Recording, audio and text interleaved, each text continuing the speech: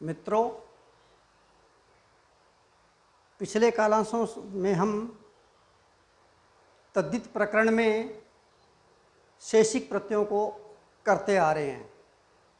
इसी क्रम को आगे बढ़ाते हुए आज इस कालांश में मैं आपसे एक विधि सूत्र है युष्मद् अस्मदोर अन्य तरस्याम खयं च। सूत्र है युष्मद् अस्मदोर अन्य तरस्याम खयं च। इस विधि सूत्र पर मैं आपसे चर्चा करना चाहूँगा। ये सूत्र कहना चाहता है कि युष्मद् और अस्मद्, क्या युष्मद् और अस्मद् सुबंतों से शेषिक अर्थ में खय प्रत्यय, छ प्रत्यय और अण प्रत्यय, ये तीन तद्धित प्रत्यय विकल्प से होते हैं। पुनः सुनिए, सूत्र है युष्मद् अस्मदोर अन्य तरस्याम खयं च। इस सूत्र से युष्मद् और अस्मद् सुबंतों से शैषिक अर्थ में खय प्रत्यय, छ प्रत्यय और अण प्रत्यय, ये तीन तद्धित संज्ञक प्रत्यय विकल्प से होते हैं। तो तीन प्रत्ययों की चर्चा आई इसमें, खय प्रत्यय, छ प्रत्यय और अण प्रत्यय। आज इस कालांश में हम छ प्रत्यय की चर्चा करेंगे। छ प्रत्यय को लेकर के मैंने आपके सामने दो उदाहरण अब रखने का प्रयास कर रहा हूं मैं। एक उदाहरण है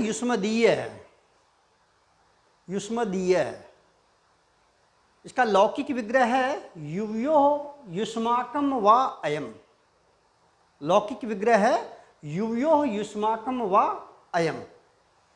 तुम दोनों का यह अथवा तुम सबका यह। हिंदी अर्थ क्या हुआ, पुनः सुने, तुम दोनों का यह अथवा तुम सबका यह। यह षष्ठी द्विवचन है और यह षष्ठी बहुवचन। तो सर्वप्रथम युष्मद् अस्मदोर अन्य तरस्याम खयं उक्त विधि सूत्र द्वारा युष्मद् ओष षष्ठी द्विवचन, युष्मद् ओष या युष्मद् आम षष्ठी बहुवचन, युष्मद् आम, इस सुबंत से तस्येदम उसका यह, इस शेषिक अर्थ में मित्रों छ प्रत्यय हुआ। कौन सा प्रत्यय हुआ? छ प्रत्यय हुआ। छ प्रत्यय होने पर अब स्थिति बनी युष्मद् ओष धन छ या युष्मद् आम धन छ।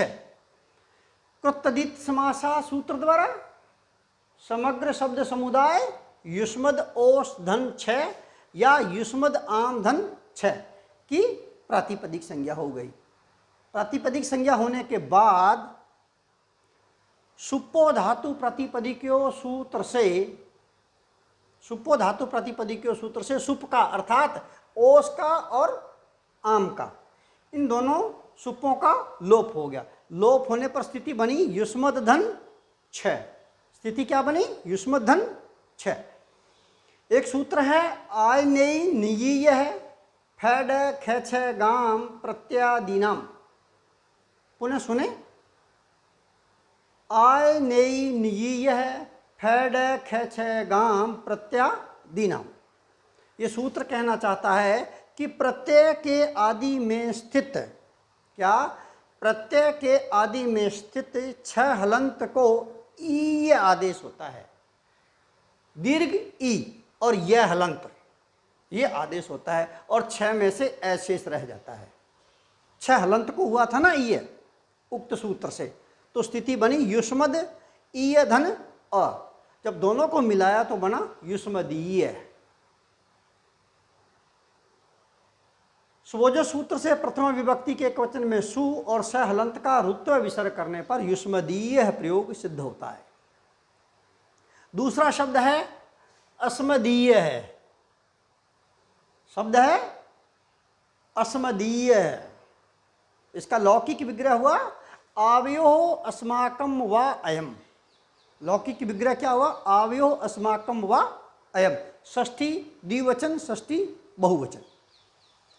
हम दोनों का, अयम मीन्स यह, अथवा हम सब का यह, हम दोनों का यह अथवा हम सब का यह, ये लौकिक विग्रह हुआ। आवयो अस्माकम व अयम। सर्वप्रथम युष्मद अस्मदोर अन्य तरस्याम खयें च, उक्त विधि सूत्र से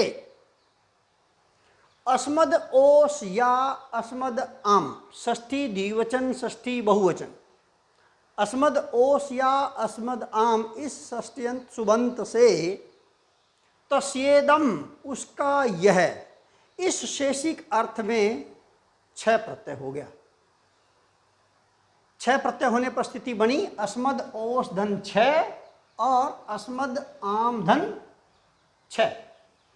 कृप्तदीत समासा सूत्र से समग्र शब्द समुदाय की प्रातिपदिक संज्ञा हो गई।